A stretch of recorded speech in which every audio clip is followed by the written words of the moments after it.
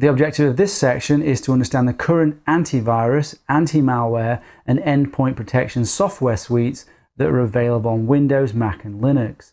You understand how traditional antivirus works, how it is currently bypassed by attackers. You will learn how to determine the effectiveness of antivirus and which are the current best products available. We consider the question of whether antivirus is even worth installing, given its effectiveness in the current threat landscape, and in fact, if antivirus might increase your risk of being attacked. All covered in this section.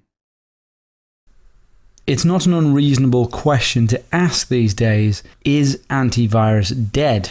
When consumers look at all of the different antivirus products available, they must be extremely confused as to what they should buy. Here below us we can see just an example of a few of them. There are roughly 20 different major antivirus vendors, and then each vendor tends to have at least 3 different antivirus products. So that's 60 or so products, all claiming to pretty much do the very same thing. If you look here though, they have started to adopt something of a uniformity in terms of their names now, which is good. Perhaps that's because consumers were confused and one brand moved in a direction and so the others did the same. I'm really not sure why they've adopted these names, but here you can see them. So you've got antivirus there. The antivirus name among the various vendors tends to be the low-end product, offering the least functionality of the products. And then you have often something called internet security, which is the mid-range product. And then you have total security being the high-end product, offering their most functional product. And you can see they've also thrown in now, a lot of them do this multi-device approach where they'll cover all the devices that you've got. And if we look down here, it'll just give us a breakdown of the various functionality it has and does not have, and you can see the prices here. Not that a lot of it makes a great deal of sense if you're a security professional, even if you're not a security professional. Although the name antivirus is used, they are developed to protect you from all forms of malware, trojans, rootkits, spyware, adware, ransomware, and so on. Virus is just an old school name, really. So why does one vendor like Kaspersky here have multiple products that are all just supposed to stop viruses? Well, this is because antivirus is adopting a layered approach to protecting you, and actually they're providing more functionality than simply protection against viruses and malware. So they're taking this layered approach, they're taking this what's called a defense in-depth approach. The more security functionality, the theory is, the more layers the malware writers need to get through to infect your machine. A trend that's been going for quite a while now is that malware writers are employing a technique to make their malware FUD, or what they call fully undetectable. FUD as in FUD, by using something called crypting services. And you can see one such advertising here. These crypting services take malware and run custom encryption routines on it to obfuscate the code so it is unrecognizable to antivirus. This is done repeatedly until it is tested to be undetectable by antivirus software. If the crypted malware is tested to be totally undetectable by all major vendors, this is then referred to as FUD, this fully undetectable, FUD. There is a strong and lucrative underground market for crypting services, meaning that hackers and cyber criminals with very little skill can get their hands on FUD or partially FUD malware. In fact, the whole process of infecting people with malware can actually be bought as a service now. Very entrepreneurial.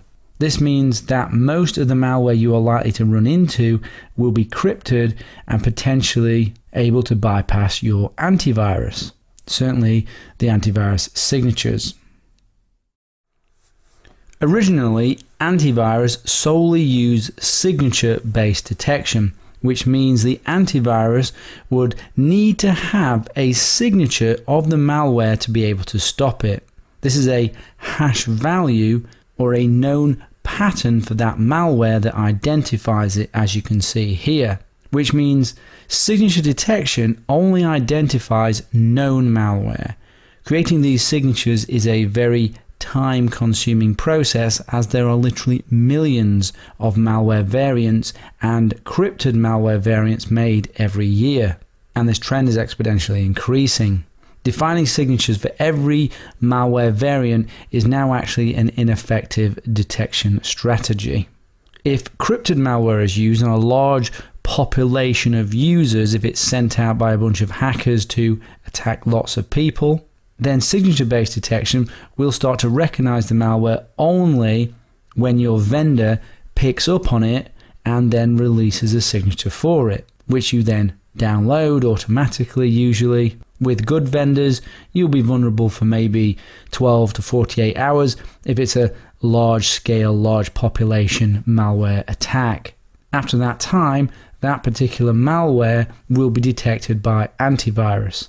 And most antivirus companies borrow from other antivirus companies, so it tends to get on all of the antivirus products. But then what happens? The attackers simply just crypt a variant and deploy it again. And this is often completely automated, so the signatures you have are useless again. If it's a custom malware targeted at a small group or just you, then signatures will not detect it if it has been encrypted. Any professional pen tester who does not want their attack to be stopped by antivirus will use such things. And signature detection is all you might get with the basic or free antivirus software, which is close to pretty much useless now. This moves us on to heuristic detection, which analyzes the overall structure of the malware code, evaluates the coded instructions and logic functions, and looks at the type of data within the malware. Basically, it collects a bunch of information about the code and assesses the likelihood of it being malicious. It has a type of suspiciousness counter. This potentially identifies unknown malware and encrypted malware. But there are a couple of problems with heuristic detection though. One, deep scanning slows the machine down. So usually just a light scan is done. You can see here the Kaspersky defaults, which is set to light. And the second heuristic detection problem, malware creators write and test their malware to avoid the known heuristic methods. So it becomes a continuous battle between both sides, the malware developers and the antivirus developers. Heuristic detection may be in some free and basic antivirus software, but it's usually in most of the more advanced antivirus. Then, based on the vendor that you choose for your antivirus product, they will take a slightly different approach to try to detect and prevent malware and monitor your system. You have sandbox detection. Some antivirus products create a simulated environment for detection, and these antivirus sandboxes can be divided into two categories. You have a standalone solution, and you have those integrated into the antivirus.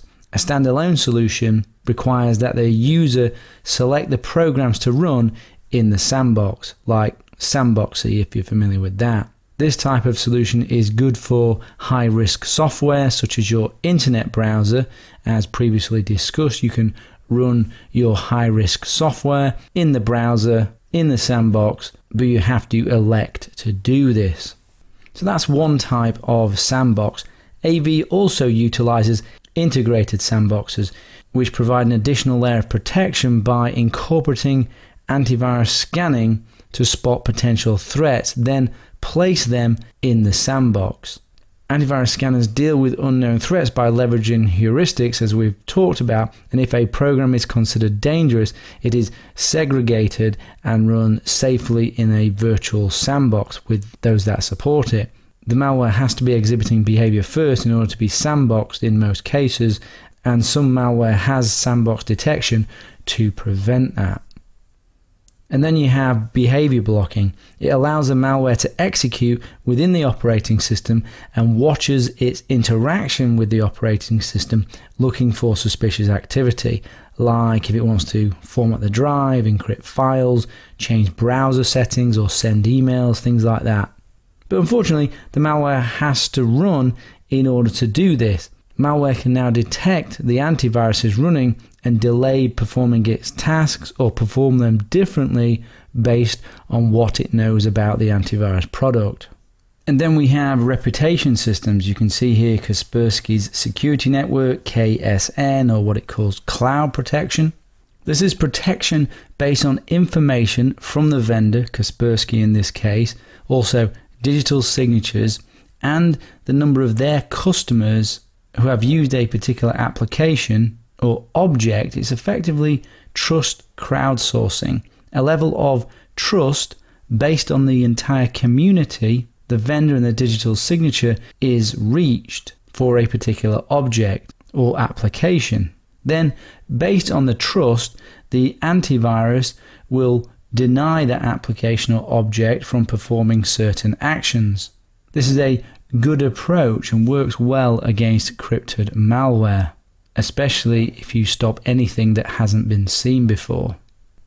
And to show you an example here of Kaspersky, which other reputation systems are like, we've got Veracrypt here. We can right click on this and check its reputation. We can see here it's got a digital signature which is trusted. More than 1,000 Kaspersky users have used it, which is a good sign. You can see it appeared 3 months ago. Anything that's very new would be suspicious. A lot of German people using Veracrypt, and you can see when it was created. So it's good information. And let's do LastPass. See 1,000 users, 23 days ago, and this one's rated trusted. And finally, let's have a look at the Tor browser.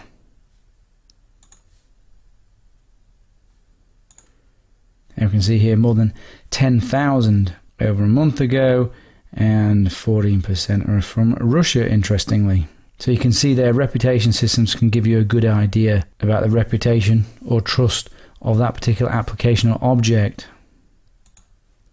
And here again, within Kaspersky, an example of this reputation being used is with its trusted application mode, where it's using the Kaspersky security network to gather intelligence from its user base and then only allows trusted applications to be run. As it says here, all new applications will be allowed to start only if they are found in Kaspersky Labs database of trusted applications.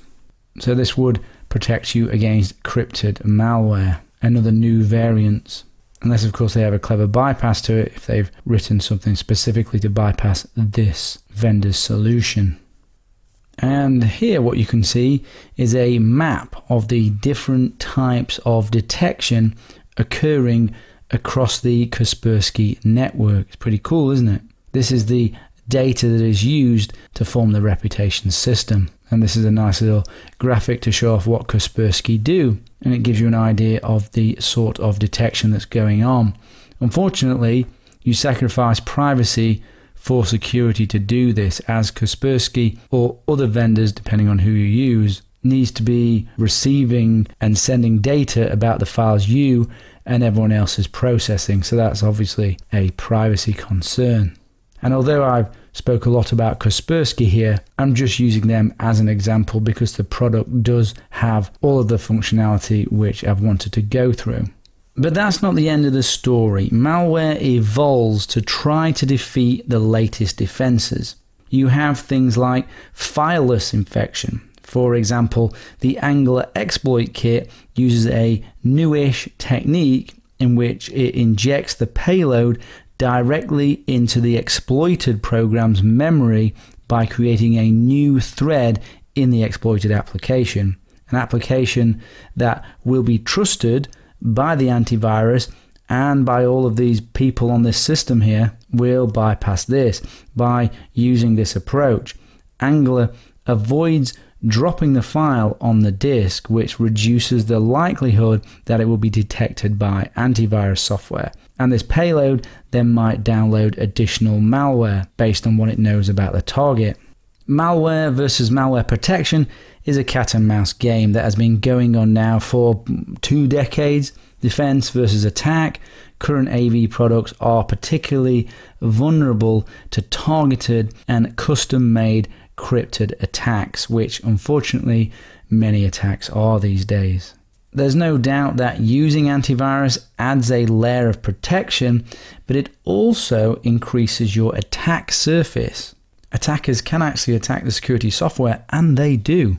And as I pointed out here, these reputation systems which are useful, these can potentially interfere with your privacy, and so can some of the other features of antivirus, such as needing to constantly update and be in contact with the mothership of the antivirus company.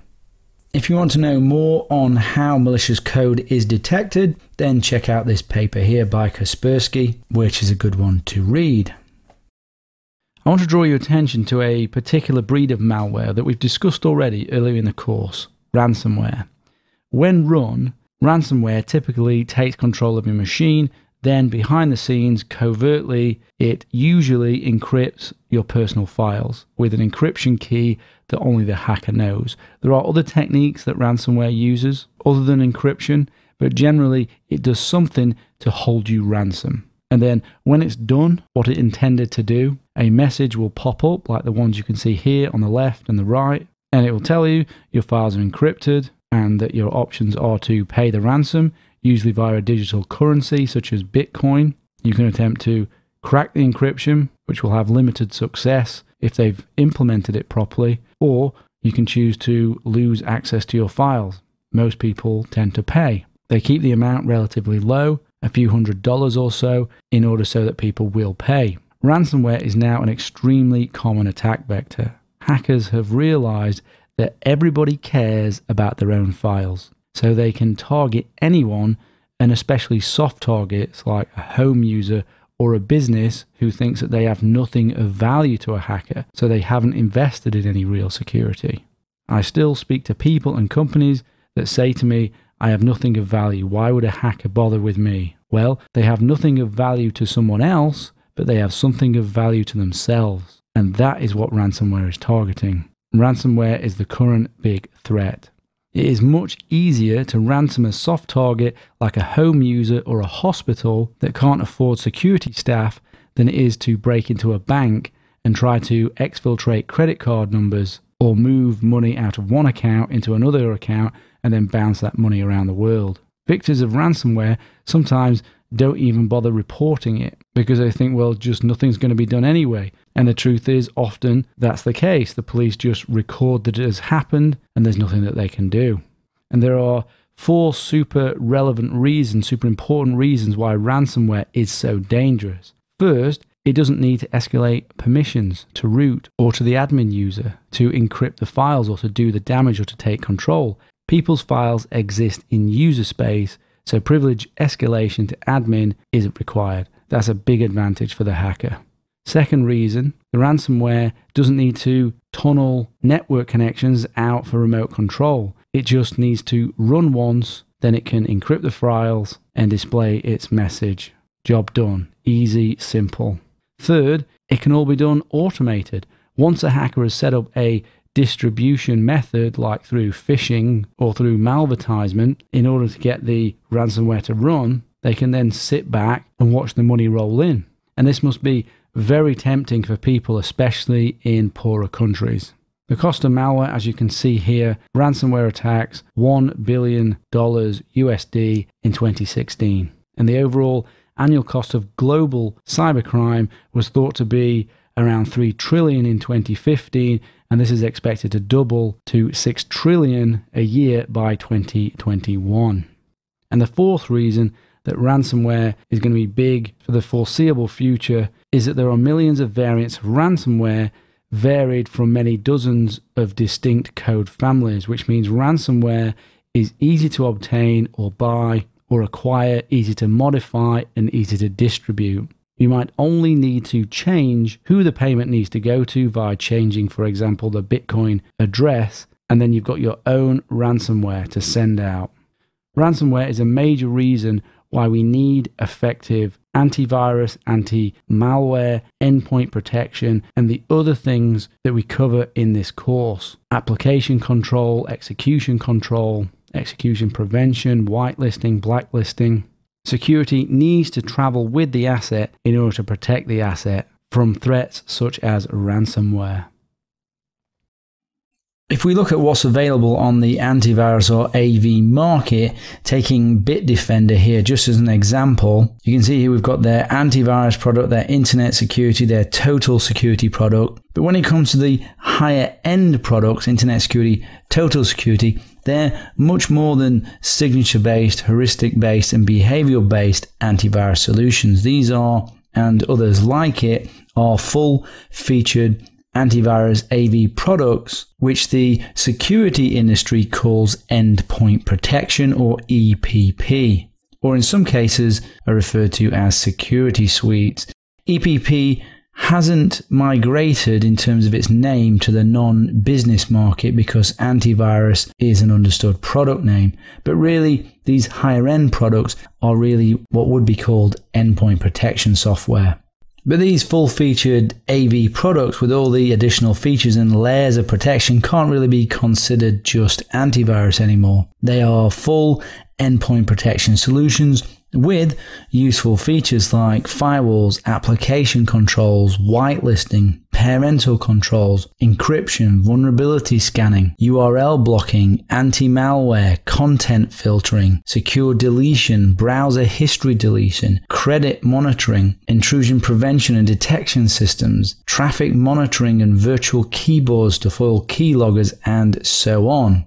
And the features will depend on the product that you purchase, and that's their differentiator, if you like. And some of these features can really help mitigate the risk of malware. But how do we judge which vendor provides the best product? Malware is changing at a very fast pace, and so are these antivirus products. Well, the answer is testing and continual testing. That's how we can judge the products, but that's not something that we can do on our own. Testing the efficacy of AV is an expensive and time-consuming business.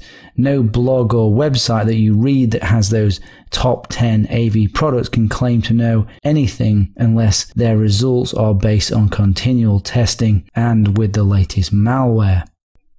Fortunately, there are a number of independent antivirus testing labs whose reports we can read. I tend to follow the reports of these guys here, avcomparatives.org and also avtest.org, as you can see here. And here on AV Comparatives, we can see the results, if I click here, for various different tests at different times by different vendors. So if we click on the heuristic behavioral test and select the year,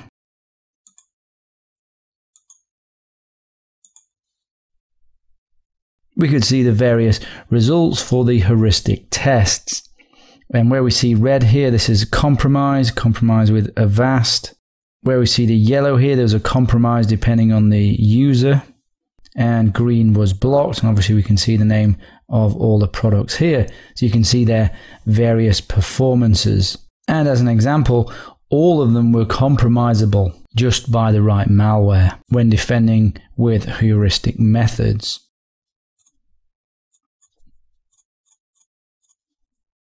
And we can look at other reports as well. So we can see anti-phishing testing. And again, all were compromised at some point, but we can see better performers and worse performers. Then we got false alarm tests. Very important that you're not getting lots of false alarms. And you can see the ones that performed worst here, Avast as an example. And of course, this is just the current one, or at this point it's March 2016. This will change. And performance, very important. Antivirus can really slow your machine down. And poor old Avast, really not doing very well for anything. And Kaspersky, although it's good, it can be a little bit sluggish. And again, Bitdefender, which is also quite good. But if you want to understand how all the features in combination, that layered approach, that defense in depth approach works, and how that protects you, you would include the heuristic, behavioral, firewall, application controls all together. Based on a default install of the application, you look at the real world protection, which is what you can see here. What these guys do is they test the AV software against thousands of known malware, and as many new malware as they can, they crawl the web to try to find the new stuff and employ independent researchers to find new malware. It's very important that they test against new malware like this. And the latest test, you'll find that some antiviruses will squeak through and nothing will have managed to get past it. But then the next test, it could be that this one's not so great. But generally, you'll see similar ones performing well and similar ones performing poorly. And you start to see trends over time. How much can we trust this data? Well, I'm not 100% sure. I know they're supposed to be independent, but I cannot guarantee that this data is accurate. But it's the best we've got. We can't do this independent testing ourselves. For balance, I need to explain why testing antivirus and endpoint protection products is currently an extremely difficult task if you want to get accurate results that represent how the products would perform in the real world. So the first issue with A/B testing is that the A/B testing companies themselves could be being influenced by the AV product companies. The testers are often paid or sponsored by the AV product companies, and it's not always in an AV tester's best interest to represent a product poorly for that reason. They may not then get sponsorship the next year. And even if the tests were fully legitimate, totally independent, it is still difficult to get accurate results, and this is why. The first issue, in order to test malware, you need a large sample size of malware. So where do you go to get the latest malware? Well, people, AV testers, go to places like VirusTotal or WildList, those sort of places. But these are known malware with known signatures and known methods of exploitation. As soon as malware is uploaded to VirusTotal, every AV product will have a signature for it. The fact that AV products can get 100% success in the tests that we see on the AV test sites and in their reports for detecting malware shows that something is wrong with the testing.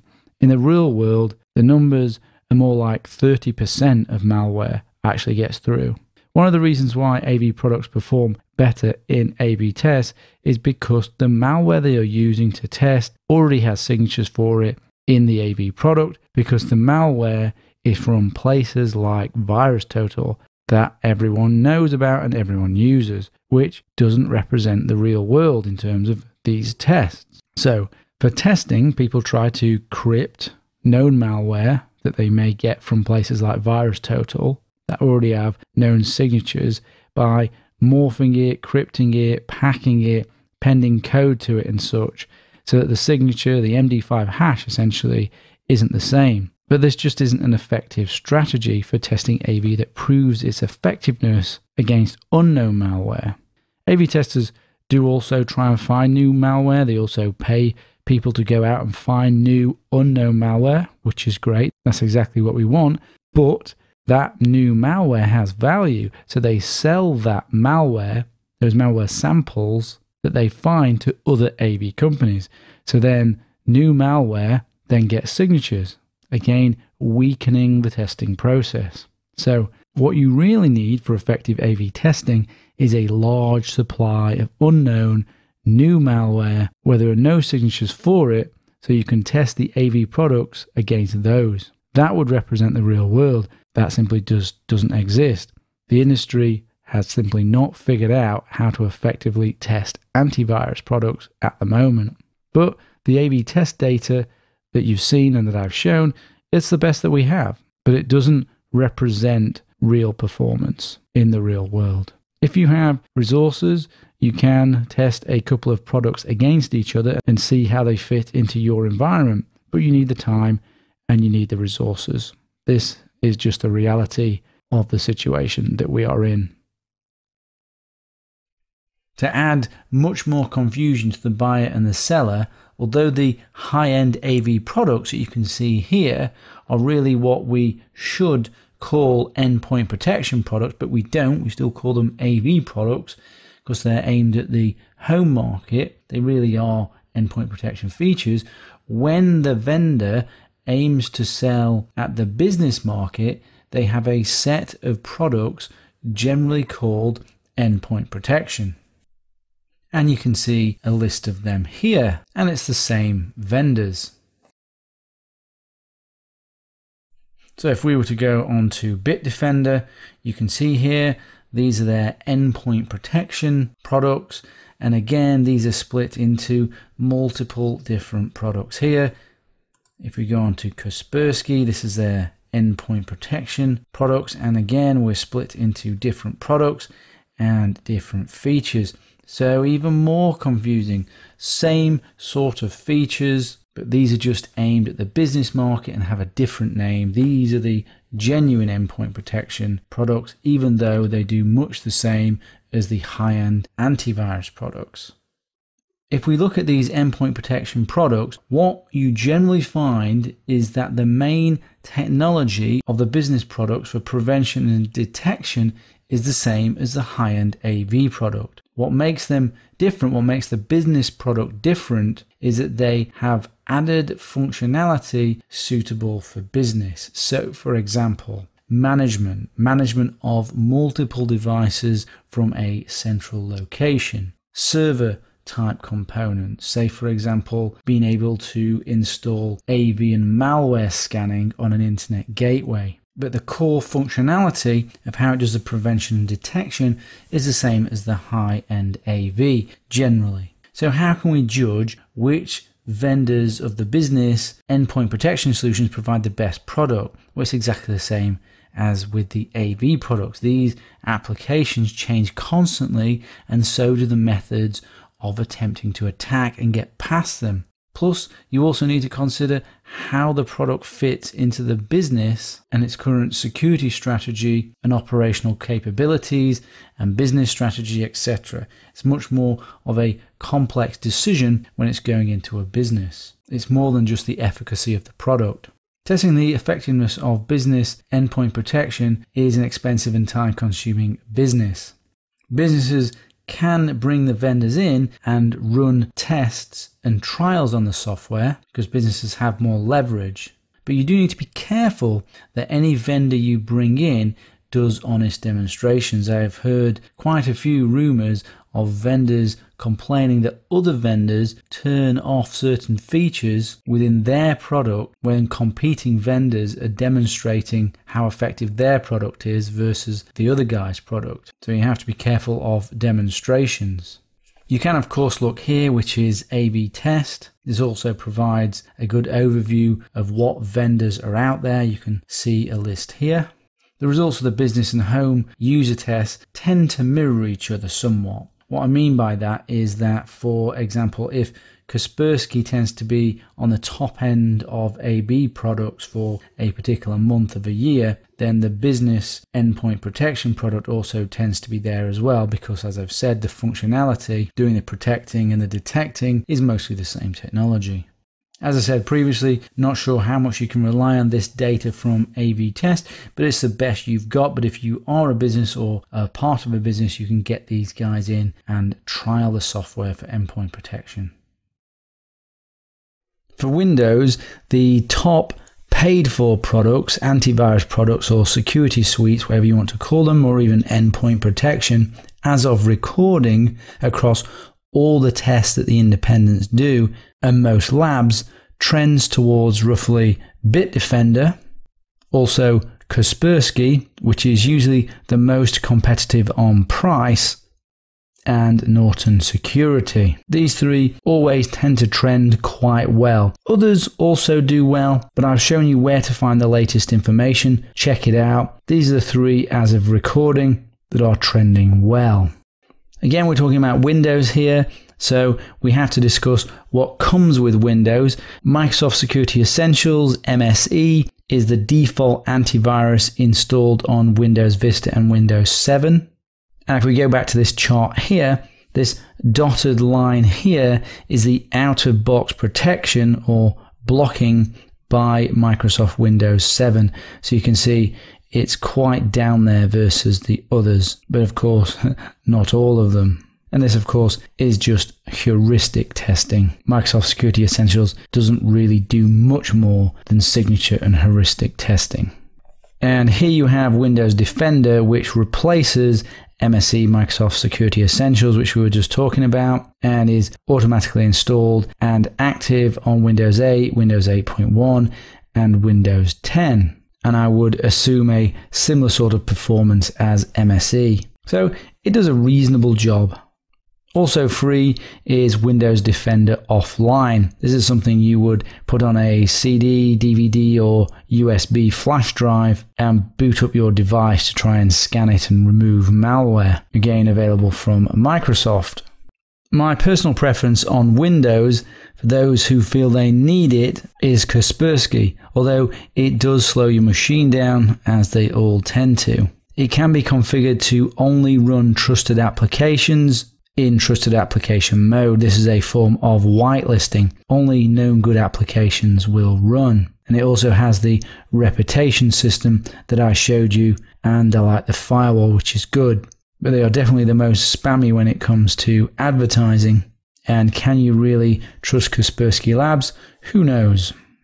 And here is Bitdefender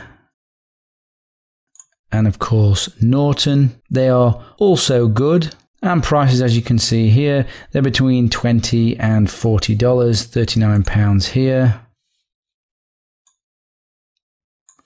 £38 here, £35 here, and as I said, that translates to about 20 to 40 US dollars. You want to get hands-on with these to test them, you can download free trials with most antivirus software, so download the free trials and check them out if you're interested in using antivirus. And for a completely free version, Bitdefender has a free edition, which I would recommend as a free version. It is, of course, very limited compared to the full version, but the limited functionality may be all that you need.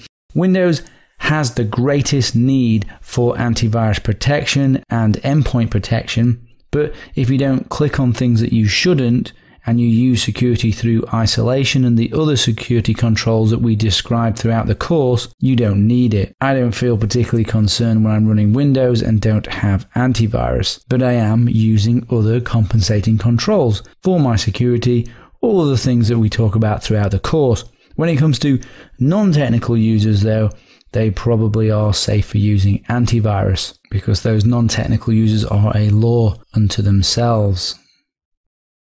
In regards to the business endpoint protection products or EPP products, as I have said, the results of the business and home user tests tend to mirror each other. And what I mean by that is that, for example, if Bitdefender, the top-end Bitdefender AV product, performs well, then the business named EPP product, as you can see here, which is Bitdefender Endpoint Security, that will also tend to do well. And as you can see here, this is scoring particularly well on this test because fundamentally they are mostly the same technology.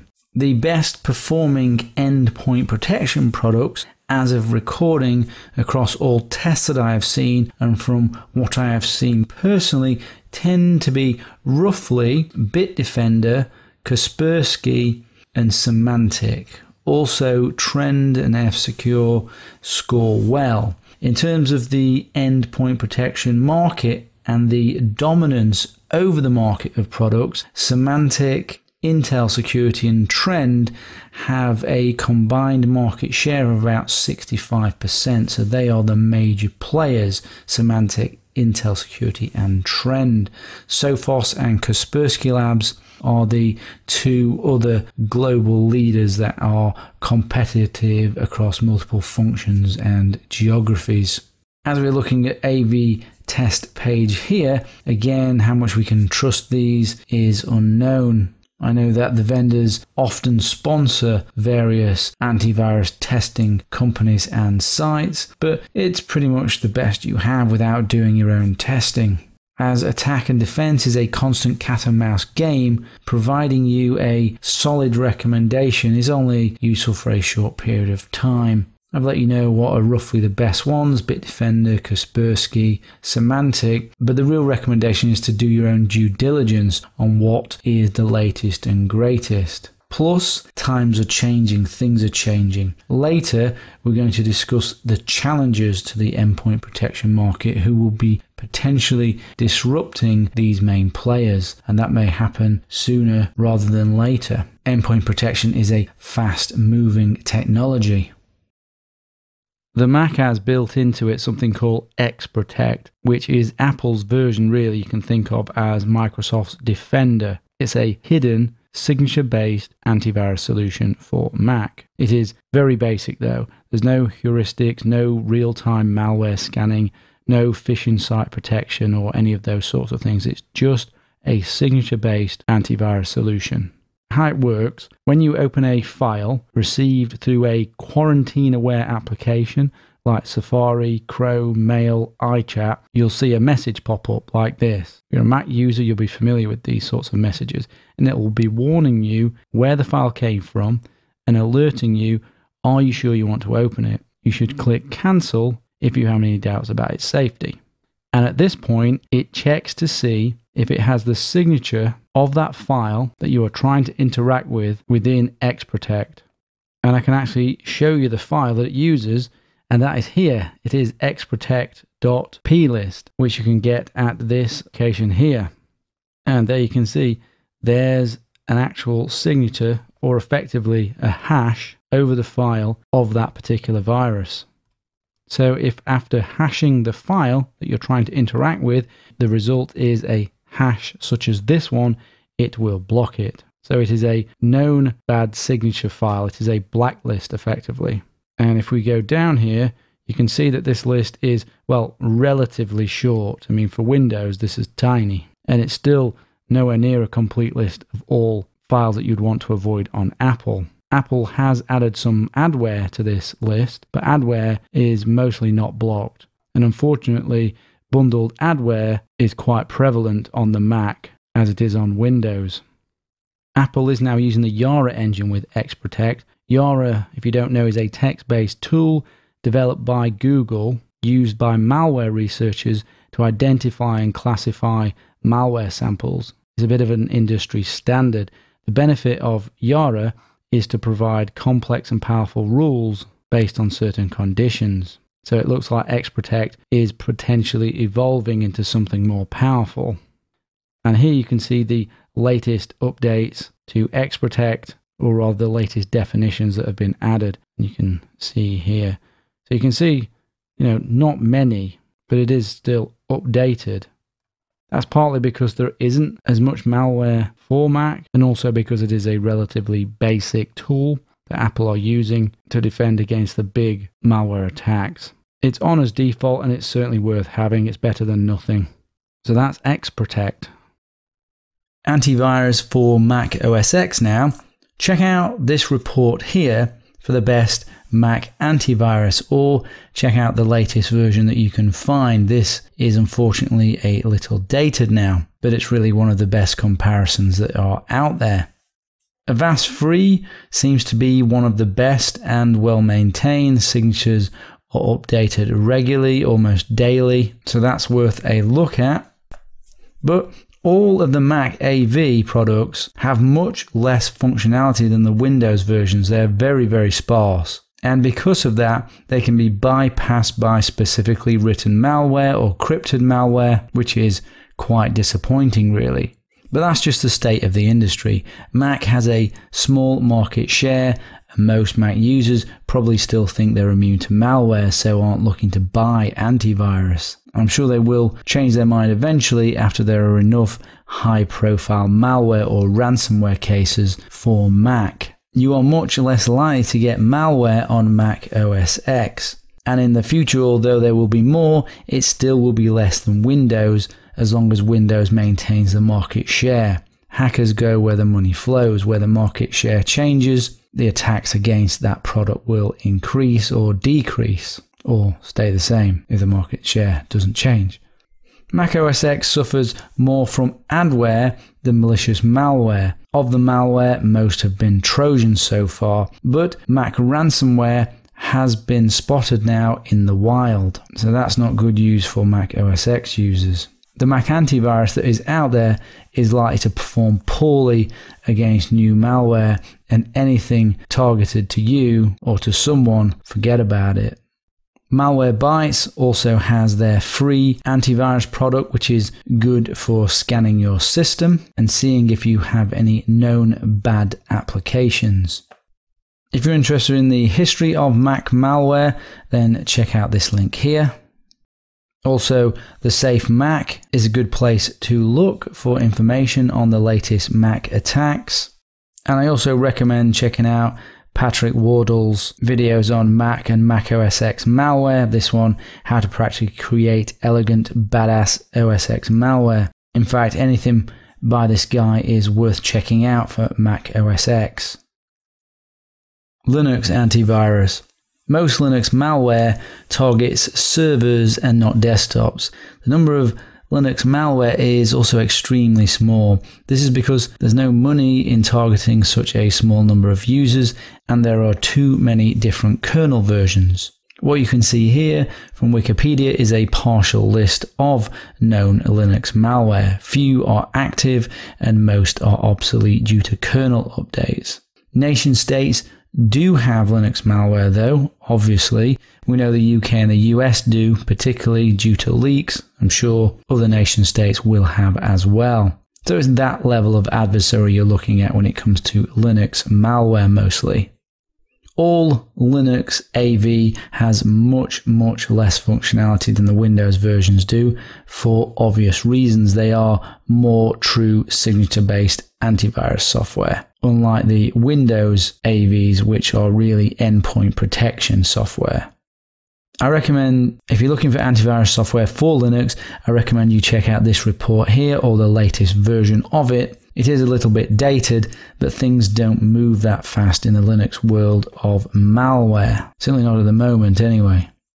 This is ClamAV. This has been part of Debian since 3.1, and it's on other Linux distributions as well that you'll find. There's also a couple of signature-based Linux rootkit and backdoor command line tools that you'll see on servers and also on desktops. This is Rootkit Hunter, and there's also Check Rootkit as well. And as it says here, it's really just a simple shell script using common Linux Unix tools like the strings and grep command. So they're looking for bad signatures. I run both Check Rootkit and Rootkit Hunter on my Linux servers via cronjob, and they've still never found anything. There's also LMD here, which is Linux Malware Detect. Again, similar to what I've just described. And if you're looking for more options, then here's a list here. And that's about it for Linux malware. There isn't really too much to say about it. Not much of it exists. There is very little need for antivirus because of that, but tools like RK Hunter and Check Rootkit have zero impact on your system anyway, so people, especially on servers, run them occasionally or run them nightly just for checks. So that's Linux antivirus. You can find some very useful online scanners, and what they tend to do is use many of the scanning engines of lots of the antivirus products. So VirusTotal is probably the most popular and most common. So all you do is you simply choose a file. Choose that one, open, scan. And you can see this was scanned just a day ago. It knows it scanned just a day ago based on its hash, and it first appeared here, so it's quite an old file. And we've got this detection ratio of 0 out of the 56 scanning engines found any problem with it. You can reanalyze it if you like, as opposed to going on this analysis. We can look at the results. And you've got the SHA there of it, 256. And you can see you've got all these ticks here from the various antivirus companies that all think that it is okay, and it is okay, so shouldn't be any problems there. And you can view more on file details. So, it's pretty good. And we even got some comments on this one. It's this internal tool. Yep, absolutely is. So, can be very useful. Also, with this particular service, you can send an email and it provides you the instructions on how to do it. Create a new message, send it to this email address, and follow the instructions here. And there's also an API that other software can use to query this service to see if files are malicious or to see whether or not they match a known signature. And we'll be talking more about that when we look at finding malware. There are others. If you search for online virus scanners, you've got Trend Micro, you've got Housecall, Bitdefender, Kaspersky, you've got Panda, you've got these guys here, MetaDefender, you've got Joti, and you've also got ESET here. Those are the main ones that I'm aware of. And finally, you can get something called Cloud Second Opinion scanners. And here, this is free, which utilizes currently 68 antivirus scanners. You download, install, or use the portable version, and you're able to scan files, but it doesn't do any form of removal. It's considered a second opinion scanner and not a replacement for installed antivirus or regular antivirus. Just think of it as a second check, if you like, but checks against more signatures than just one AV product can.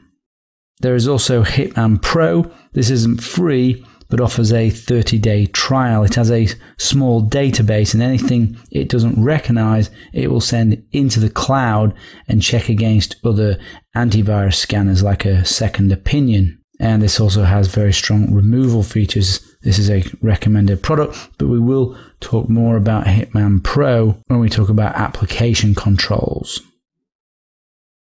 Let's talk about some of the downsides of antivirus and endpoint protection. First, as I have already mentioned, they don't catch all malware and are particularly poor against custom, targeted, and encrypted malware. And unfortunately, many malware is encrypted, so fits into the category of not able to deal with very well. They also affect the performance of your machine, slowing it down and generally getting in the way. Antivirus is a serious privacy and anonymity concern if you care about those things. This, for me personally, stops me wanting to use them when I want to do anything private. And here is why. They need to update signatures, for one, which requires regular contact with the mothership. So they know where you are, they know when you're online. So have a limited understanding of your habits based on that metadata.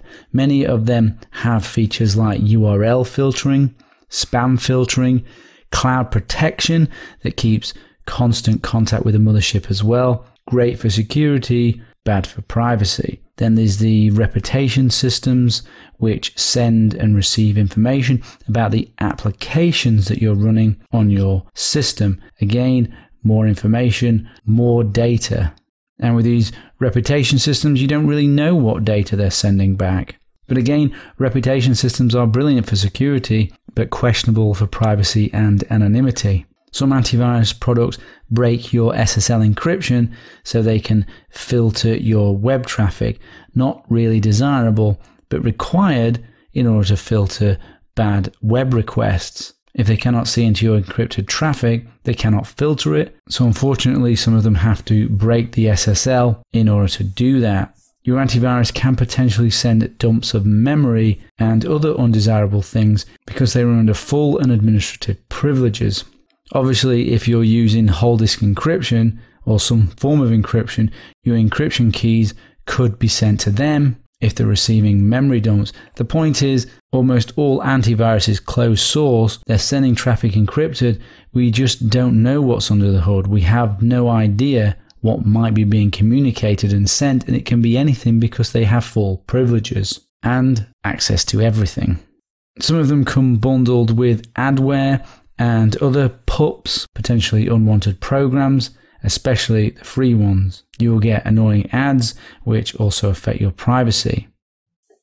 With free malware protection, make sure they are not selling your data. AVG, for example, can sell your browser and search history to advertisers. Remember, with anything free, consider how they're making their money. They have to make it some way unless they're a charity.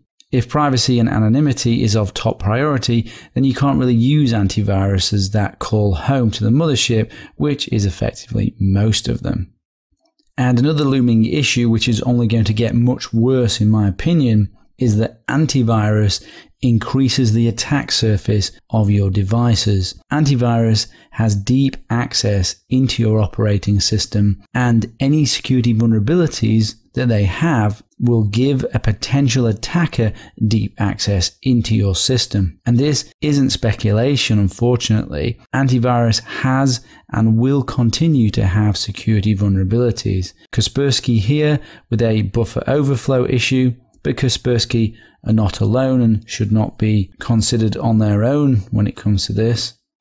Sophos and ESET with previous documented issues. Trend Micro with a particularly bad vulnerability, highlighting the need for a total redesign. Komodo's Chromodo browser, which comes bundled in with their antivirus, they had effectively disabled their same origin policy in the browser, effectively turning off web security for their secure browser. And here, Malwarebytes with a security vulnerability.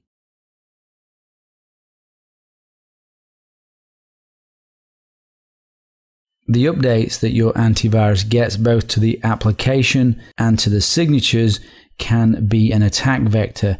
An adversary could force a malicious update. Many antivirus products downloads are via HTTP instead of HTTPS, so traffic could be injected into by an adversary to attack the user.